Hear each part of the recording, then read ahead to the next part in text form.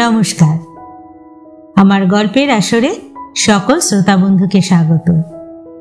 সকলের কুশল কামনা করে আজকের গল্প পাঠ শুরু করছি। আজ আমি আপনাদের শোনাব সাহিত্যিক বিমল করের কলমে একটি সত্যি ভূতের গল্প। আশা করি গল্পটি শুনতে আপনাদের ভালো লাগবে। ভালো লাগলে একটা লাইক করতে কিন্তু ভুলবেন না। একটা লাইক আমাকে অনেক মোটিভেট করবে এরকমই আরো ভালো ভালো গল্প আপনাদের সামনে পাঠ করার। আর আমার চ্যানেলটিকে অবশ্যই সাবস্ক্রাইব করবেন, আমায় সহযোগিতা করবেন। আপনাদের ভালোবাসা আর সহযোগিতা আমার একান্ত কাম্য। পাশে থাকা বেল আইকনটা কিন্তু প্রেস করে রাখবেন, যাতে যখনই আমি নতুন কোনো গল্প আপলোড করব আপনাদের কাছে নোটিফিকেশন পৌঁছে যায়। ইতিমধ্যে যে সকল শ্রোতা বন্ধুরা আমার চ্যানেলটিকে সাবস্ক্রাইব করে আমার পাশে আছেন, আমার সহযোগিতা করছেন, তাদের সকলকে আমার আন্তরিক ধন্যবাদ। আর আমার নতুন শ্রোতা বন্ধুদের আমি অনুরোধ করব, আমার চ্যানেলটিকে সাবস্ক্রাইব করুন, আমার পাশে থাকুন, আমার সহযোগিতা করুন। শুরু করছি আজকের গল্প। অনেকদিন আগেকার কথা, অন্তত বছর 35 হবে। আমার তখন 15 কি 16 বছর বয়স। ঠাকুরমা আর ছোট কাকার সঙ্গে কাশি বেড়াতে গিয়েছিলাম। ফেরার সময় এমন একটা কাণ্ড ঘটেছিল যার কোনো অর্থ আমরা কেউই খুঁজে পাইনি, আজও পাই না। কোন গাড়ি, কি তার নাম ছিল, আজ আর আমার কিছু মনে নেই। দুপুর নাগাদ আমরা কাশি থেকে মোগলসরাই স্টেশনে এসে রেলে চড়েছিলাম। তখন ওদিককার রেলের নাম ছিল EIR, মানে ইস্ট ইন্ডিয়ান রেলওয়ে। এখনকার মতো মাত্র 2টো ক্লাস ছিল না, তখন ছিল 4টে class: first class, second class, inter class আর থার্ড ক্লাস। আজকাল রেলের কামরা মানে যেন একটা ছোটখাটো মেলা, গিজগিজ করে লোক। তখনকার দিনে এত ভিড়টির কোনো গাড়িতেই থাকতো না। মেল এক্সপ্রেস গাড়িতে তো নয়। আমাদের গাড়িটা বোধহয় এক্সপ্রেস গাড়ি ছিল, কেননা সব স্টেশনে থামছিল না। দুপুরের শেষ দিকে গাড়িতে উঠেছিলাম, ইন্টার ক্লাস কামরা। জনা 6 মাত্র যাত্রী আমাদের কামরায়। দিন 2 পরেই ছিল কালী পুজো। দুর্গাপুজোর পর আমরা গিয়েছিলাম কাশিতে, ফিরছিলাম কালী পুজোর আগে। আমরা আসছিলাম ধানবাদে বাবার কাছে, আমাদের নিজেদের বাড়িতে। সাসারাম এসে পৌঁছতেই সন্ধে হয়ে গিয়েছিল। তখন ওদিকে শীত পড়তে শুরু হয়েছে সবে। এই সব দিকে পুজোর পরই শীত এসে পড়ে। হেমন্তকাল বুঝতে বুঝতেই কখন যেন জব্বর শীত এসে যায় এখানে। সাসারামে শের শাহের সমাধি ছিল শুনেছিলাম। আমাদের গাড়ি যখন সাসারাম এসে পৌঁছলো তখন এত অন্ধকার যে আমার চোখে বাইরের কিছুই ধরা পড়ল না। এমনকি স্টেশনটাও যেন টিমটিম করছে। সাসারাম থেকে গাড়ি ছাড়বার সময় একজন ভদ্রলোক এসে গাড়িতে উঠলেন। গায়ে লম্বা রেলের কোট, ওভারকোট ধরনের, রেলের প্যান্ট পরে, গলায় একটা রুমাল জড়ানো, মাথায় একটা রেলের টুপি, আর সেটা বেশ লম্বা। ভদ্রলোক যখন উঠলেন গাড়িটা তখন ছাড়ছিল সবে। উনি ওঠার সঙ্গে সঙ্গে কামরার বাতিগুলো দপ করে নিভে গেল। অবশ্য কয়েক মুহূর্ত পরেই আবার জ্বলে উঠল। অন্ধকারে লোকটিকে ভালো করে দেখাই যাচ্ছিল না। টুপিটা এমন করে নামানো ছিল যে চোখের তলায় গিয়ে ঠেকেছিল। তার সঙ্গে কোনো মালপত্র ছিল না, একেবারে ঝাড়া হাত পা। কামরায় উঠেই উনি এদিক সেদিক তাকিয়ে সোজা ওপরের বাঙ্কে উঠে শুয়ে পড়লেন, জুতো সমেত। শুয়ে পড়ে মাথার টুপিটা এমন করে মুখের ওপর চাপা দিলেন, মনে হলো কামরার আলো যেন চোখে না লাগে সেই ব্যবস্থাই করে নিলেন। যেটুকু দেখতে পেলাম ভদ্রলোককে বুঝতে পারলাম রেলের লোক, আর অ্যাংলো ইন্ডিয়ান। আমার বাবাও রেলে চাকরি করেন। ছোটবেলা থেকেই রেলের লোক দেখতে দেখতে কেমন একটা আন্দাজ হয়ে গিয়েছিল। গোমো আর ধানবাদে অজস্র অ্যাংলো ইন্ডিয়ান দেখেছি যারা রেলেই কাজ করেন। ভদ্রলোকের বয়স কত তা ঠিক বুঝতে পারিনি, তবে আমার ছোট কাকার চেয়ে বড় নিশ্চয়ই। গাড়ি চলতে শুরু করলো। একটা বেঞ্চিতে আমরা বসেছিলাম, ঠাকুমা, ছোট কাকা আর আমি। আরেকটা বেঞ্চিতে একজন বিহারি ভদ্রলোক শুয়েছিলেন। তিনিও কাশি থেকে ফিরছিলেন, সঙ্গে বিস্তর মালপত্র। অন্য একটা বেঞ্চিতে এক সাধু বাবা, তার সঙ্গে একজন মারোয়ারি শিষ্য। সাধু বাবার গায়ে গেরুয়া বস্ত্র, এই মাত্র, নয়তো তিনি একেবারেই সাধারণ মানুষের মতো হিন্দিতেই কথাবার্তা বলছিলেন। আমার কাকা ট্রেনে উঠলেই ঢুলতে শুরু করেন। সন্ধে হয়েছে দেখে কাকাও মাথার ওপরের বাঙ্কে চড়ে বসলেন। গাড়ি চলতে লাগলো। ঠাকুমা বোধ হয় জপতপ শুরু করলেন মনে মনে। আমি তখন চুপচাপ একাই বসে আছি। বাইরে তাকালেই অন্ধকার আর অন্ধকার। মাঝে মাঝেই ইঞ্জিনের ধোঁয়া এসে নাকে লাগছিল, কয়লার গুঁড়ো উঠছিল, আর থেকে থেকে ধোঁয়ার সঙ্গে আগুনের ফুলকি জোনাকির মতো অন্ধকারে ছিটকে পড়ছিল। এইভাবেই আমরা সোন নদী পেরিয়ে গেলাম। কি বড় ব্রিজ! ট্রেন ছুটতে ছুটতে গয়াও এসে গেল। তখন রাত হয়ে গিয়েছে। গয়া থেকে গাড়ি ছাড়ল। আমাদের খাওয়া দাওয়াও শেষ। কাকা আবার বাঙ্কে উঠে ঘুমোতে লাগলেন। এদিকের বিহারি ভদ্রলোকও খাওয়া শেষ করে ঢেকুর তুলছিলেন। সাধু বাবা তার শিষ্য সমেত গয়াতেই নেমে গেছেন। তারপরে আর নতুন কেউ চড়েনি। কিন্তু সেই অ্যাংলো ইন্ডিয়ান ভদ্রলোকটি একইভাবে শুয়ে আছেন, বোধহয় ঘুমোচ্ছেন। ট্রেনে রেলের বহু লোকই যাতায়াত করেন এক স্টেশন থেকে অন্য স্টেশনে, কাজকর্মে যায় বা কাজ শেষ করে বাড়ি ফেরে। কাজে ভদ্রলোক সম্পর্কে আমার আর আলাদা করে কোনো কৌতূহল হয়নি। গয়া স্টেশন আর কোডারমা স্টেশন, এদের মধ্যে কোডারমা স্টেশনের আগে মস্ত এক জঙ্গল আছে, নামকরা জঙ্গল। বিহারে এত বড় জঙ্গল খুবই কম। লোকে বলে গুড়পা গুঝান্ডির জঙ্গল। দিনের বেলা তো এই জঙ্গলের অর্ধেক জায়গায় আলো রোদ কিচ্ছু ঢোকে না। রেল লাইন পাতার সময় এক সময় এই জঙ্গলের চেহারা ছিল আরো ভয়ঙ্কর। শোনা গিয়েছিল রেলের কুলিরা কাজ করবার সময় অনেকেই নাকি বাঘের পেটেও গিয়েছে। রেলের এখানে দুটো স্টেশন আছে, গুড়পা আর গুঝান্ডি। এই পাহাড়ি জায়গাটুকুর চড়াই ভাঙতে বাড়তি একটা করে ইঞ্জিন জুড়তে হয় প্রত্যেকটা ট্রেনে। একটা ইঞ্জিন টানতে পারে না। আমার ঠিক মনে পড়ছে না কোডারমা থেকে গয়ার দিকে আসার সময় না গয়া থেকে কোডারমার দিকে যাওয়ার সময় দুটো করে ইঞ্জিন লাগে।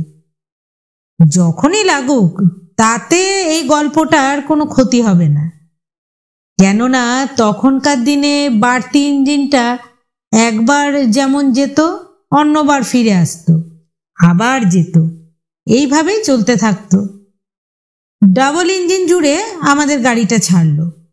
রাতও হয়ে গিয়েছিল অনেক। জঙ্গলের মুখে ঢুকেই বেশ শীত শীত লাগছিল।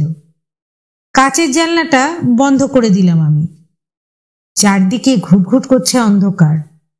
গাছপালা আর অন্ধকার মিশে সে এমন এক জগৎ যা চোখে সওয়া যায় না বেশিক্ষণ। তবুও গুড়পা গুঝান্ডির আসল জঙ্গল তখনো শুরু হয়নি, তেমন নিবিড়ও নয় গাছপালা। যেতে যেতে গাড়িটা হঠাৎ থেমে গেল। সব রেলগাড়ি মাঝে মাঝে বেজায়গায় থেমে যায়, হয় সিগন্যাল পায় না, না হয় কোনো অন্য গোলমাল হয়। কেন যে থামে যাত্রীরা আজও তা বুঝতে পারে না। গাড়িটা থামার পর সামান্য একটু সময় চুপচাপ কেটে গেল। ভাবছি এই ছাড়বে এই ছাড়বে, কিন্তু গাড়ি আর ছাড়ে না। হঠাৎ শুনি ইঞ্জিনের হুইসেল বাজছে তারস্বরে। বাজছে তো বাজছেই। বিহারী ভদ্রলোক জেগেই ছিলেন। বললেন, লাইনের ওপর নিশ্চয়ই কোনো বাঘ বসে আছে, তাই গাড়িটা সরছে না। রেল লাইনের ওপর বাঘ বসে থাকে, ইঞ্জিনের এত জোরালো আলোয় নড়ে না, শব্দতেও নড়ে না, এ আমার জানা ছিল না। যাই হোক, আমার কাকাও ওপরের বাঙ্ক থেকে নেমে এলেন। ব্যাপারটা কি হচ্ছে বোঝার জন্য জানলাটা খুলে দিয়েছিলাম। দেখি গার্ড সাহেব হাতে সেই লাল সবুজ লণ্ঠন ঝুলিয়ে সামনের ইঞ্জিনের দিকে এগিয়ে চলেছেন। তার সঙ্গে আরো দুজন খালাসি ধরনের লোক, বোধহয় পিছনের ইঞ্জিনের। লাইনের পাশ দিয়েই সবাই হেঁটে যাচ্ছিল। আমাদের মতো আরো অনেকে গলা বাড়াচ্ছে কামরার মধ্যে থেকেই। গাড়ির বাইরের দিকে আলো পড়েছে সামান্য, ভেতরের জানলা দিয়েই বাইরে আলোগুলো পড়ছিল ঝাপসাভাবে। আমার কাকা আর ওই বিহারী ভদ্রলোক নানা রকম কথা বলতে লাগলেন। ঠাকুমা তখন একটু শুয়েছেন। সেই অ্যাংলো ইন্ডিয়ান ভদ্রলোক কিন্তু বাঙ্কের ওপর পড়ে পড়ে ঘুমোচ্ছেন, টুপিতে ওর মুখটা ঢাকা। এদিকে গাড়ি আর ছাড়ে না। ঠিক যে কতক্ষণ কাটলো তাও বুঝতে পারলাম না। শেষে দেখি গাড়ির দরজা খুলে অনেকেই নামতে শুরু করেছে। নেমে যে যার কামরার পাদানির কাছেই দাঁড়িয়ে। নানা রকম গলা শোনা যাচ্ছে, কিন্তু জঙ্গলের মধ্যে কারো সাহস নেই দুপা এগিয়ে গিয়ে কিছু জেনে আসবে। আমার কাকাও দরজা খুলে নিচে নামলেন। এইভাবে আরো কিছুক্ষণ কেটে গেল। কি যে হচ্ছিল তা বুঝতেও পারছিলাম না ঠিক করে। শেষ পর্যন্ত বেশ শোরগোল পড়ে গেল। কেমন করে যেন দু চারটে টর্চও বেরিয়ে এলো। লাইনের পাশ দিয়ে যাওয়া আসা করতে লাগলো কেউ কেউ। আমার কাকা একটু এগিয়ে গিয়েছিলেন। খবর নিয়ে ফিরে এসে শুকনো মুখে বললেন, সামনের ইঞ্জিনের ড্রাইভার নাকি মারা গিয়েছে হঠাৎ, নাক দিয়ে রক্ত বেরুচ্ছিল। ফায়ারম্যানদের একজন গাড়ি থামিয়ে দিয়েছে। আমি তো শুনে চমকে উঠলাম। বিহারী ভদ্রলোকও বললেন, হায় ভগবান, মানুষ হঠাৎ কেমন করে মারা যায় সে বয়সে আমি ঠিক বুঝতাম না, এখন বুঝি। তখন বুঝতে পারিনি ড্রাইভারে সেরিব্রাল স্ট্রোক হয়েছিল। তখন এসব রোগ নিরোগের কথা শোনাও যেত না। আগে রেল ইঞ্জিনের মধ্যে ড্রাইভারের সাথে কয়লা দেওয়ার জন্য জনা দুই লোক ছাড়াও বোধহয় একজন সাকরেত থাকতো ড্রাইভারে। তাদেরই কেউ একজন থামিয়ে দিয়েছিল গাড়িটা, আর ঘন ঘন হুইসেল মেরে বিপদটা জানাচ্ছিল গার্ডকে। কিন্তু এখন কি হবে? ড্রাইভার তো মারা গেল, গাড়ি চালাবে কি? সারা রাত কি আমরা এই জঙ্গলেই পড়ে থাকব? এই সমস্ত কথাই আমি তখন বসে বসে ভাবছিলাম। সামনের ইঞ্জিনের ড্রাইভার মারা গেছে এটা কোনো রকমে সব কামরায় প্রচার হয়ে পড়ল। তারপরেই একটা হইচই শুরু হয়ে গেল, কিন্তু বাইরে বড় একটা কেউ নামছে না। পাদানির তলাতেই দাঁড়িয়ে আছে, আবার কেউ কেউ কামরা থেকেই গলা বাড়াচ্ছে। এমন সময় শোনা গেল মৃত ড্রাইভারকে নামিয়ে ব্রেক ভ্যানে তোলা হচ্ছে। ইঞ্জিনের মধ্যে তো আর ওভাবে ফেলে রাখা যায় না। এদিকে দেখতে দেখতে রাত বেড়েই চলল। আমরা অসহায়ের মতো গাড়িতেই বসে আছি, ভাবছি এই জঙ্গলেই হয়তো এভাবেই সারাটা রাত কাটাতে হবে। না জানি কি কপালে আছে। গার্ড সাহেবও বেশ চঞ্চল হয়ে পড়েছেন। কতবার যে সামনে দিয়ে যাওয়া আসা করলেন, তারই তো যত ঝঞ্ঝাট ঝামেলা। এতগুলো যাত্রীর জীবন মরণ তো এখন তারই হাতে। আরো খানিকটা পরে দেখি গার্ড সাহেব প্রত্যেকটা কামরার সামনে দাঁড়িয়ে কি যেন বলে দিচ্ছেন, বোধহয় সাবধান করে দিচ্ছেন। বলছেন, যে যার কামরার দরজা বন্ধ করে বসে থাকো, সকাল না হলে কিছু করার উপায় নেই। আমাদের কামরার সামনেও গার্ড সাহেব এলেন। আধখোলা দরজা দিয়ে উঠলেন ভেতরে। লম্বা চওড়া চেহারা, অ্যাংলো ইন্ডিয়ান গার্ড। আমাদের বললেন, আপনাদের সারা রাত গাড়িতেই থাকতে হবে, সাবধানে থাকবেন। খুবই দুঃখের কথা, সামনের ইঞ্জিনের ড্রাইভার হঠাৎ মারা গেছেন। গার্ড সাহেব নেমে যাবার পর দেখি বাঙ্ক থেকে সেই অ্যাংলো ইন্ডিয়ান ভদ্রলোক নেমে এলেন। টুপি পরলেন এমনভাবে যেন মুখটা আড়াল হয়ে থাকে, ভালো করে দেখতেও পেলাম না মুখটা। ভদ্রলোক কামরা থেকে নেমে গেলেন। তারপর দেখি পাশের কামরা থেকে গার্ড সাহেব নামা মাত্রই কি সব কথাবার্তা বলছেন। সামান্য পরে দেখলাম গার্ড সাহেব আর সেই ভদ্রলোক সামনের দিকে এগিয়ে যাচ্ছেন। কাকা তখন বলল, যে মারা গেছে তার কেউ হবে হয়তো। বিহারী ভদ্রলোকও বললেন, ক্যা মালুম দোস্ত। ঠাকুমা দরজাটা বন্ধ করে দিতে বলল। আমরা যখন দরজা বন্ধ করে জানলার সার্সি ফেলে যে যার শোবার ব্যবস্থা করছি, তখন একেবারে আচমকা ইঞ্জিনের হুইল বেজে উঠল, বার তিনেক পরপর।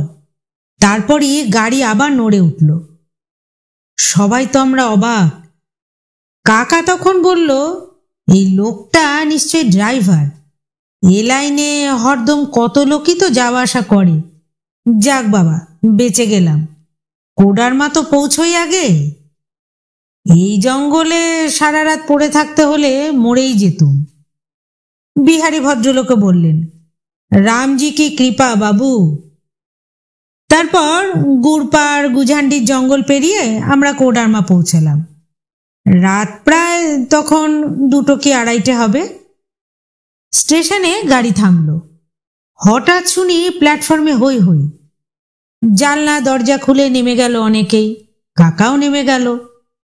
খানিক পরে ছুটতে ছুটতে এসে কাকা বলল, সাংঘাতিক কাণ্ড। ওই যে লোকটা আমাদের কামরা থেকে নেমে গাড়ি চালিয়ে নিয়ে এলো, সেই লোকটা যখন গাড়ি চালিয়ে আনছিল তখন ইঞ্জিনের ফায়ারম্যানরা বয়লারের আলোয় লোকটার পুরো মুখটা দেখতে পেয়েছিল। লোকটার মুখটা একেবারে মরা ড্রাইভারের মুখের মতো, সেই মরা ড্রাইভারই। গাড়ি থামা মাত্রই 2টো ফায়ারম্যানই ইঞ্জিন থেকে নেমে পালিয়েছে, আর লোকটাকেও আর দেখা যাচ্ছে না। সব শুনে বিহারী ভদ্রলোক বললেন, হায় রাম। এই বলে তিনি মাথায় হাত দিয়ে বসে পড়লেন। আমি বললুম, তাহলে গার্ড সাহেব কোথায়? কাকা বললেন, গার্ড সাহেব ব্রেক ভ্যান খুলে ডেড বডি নামাবার সময় মাথা ঘুরে পড়ে গেছেন। বলছেন মরা ড্রাইভার আর জ্যান্ত ড্রাইভারের কে যে সত্যি আর কে যে মিথ্যে তিনি কিছুই বুঝতে পারছেন না।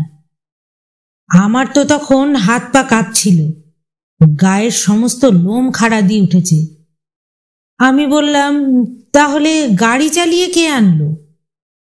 কাকা বললেন, আমিও তো তাই ভাবছি, ভূতে তো আর গাড়ি চালাতে পারে না, কিন্তু ফায়ারম্যানরাই বা পালাবে কেন, আর লোকটাই বা কেন উধাও? আশ্চর্য ব্যাপার। আমার তখন মনে পড়ল, সাসারাম স্টেশনে লোকটা আমাদের কামরায় ওঠা মাত্রই আমাদের কামরার আলোটা দপ করে নিভে গিয়েছিল, কিন্তু কেন? গল্পটি এখানেই শেষ হলো। আশা করি ভালো লেগেছে আপনাদের। ভালো লাগলে অবশ্যই একটা লাইক করবেন আর আমার চ্যানেলটিকে সাবস্ক্রাইব করে আমার পাশে থাকবেন। আবার আসবো আমি এইরকমই আরেকটি গল্প নিয়ে। ধন্যবাদ।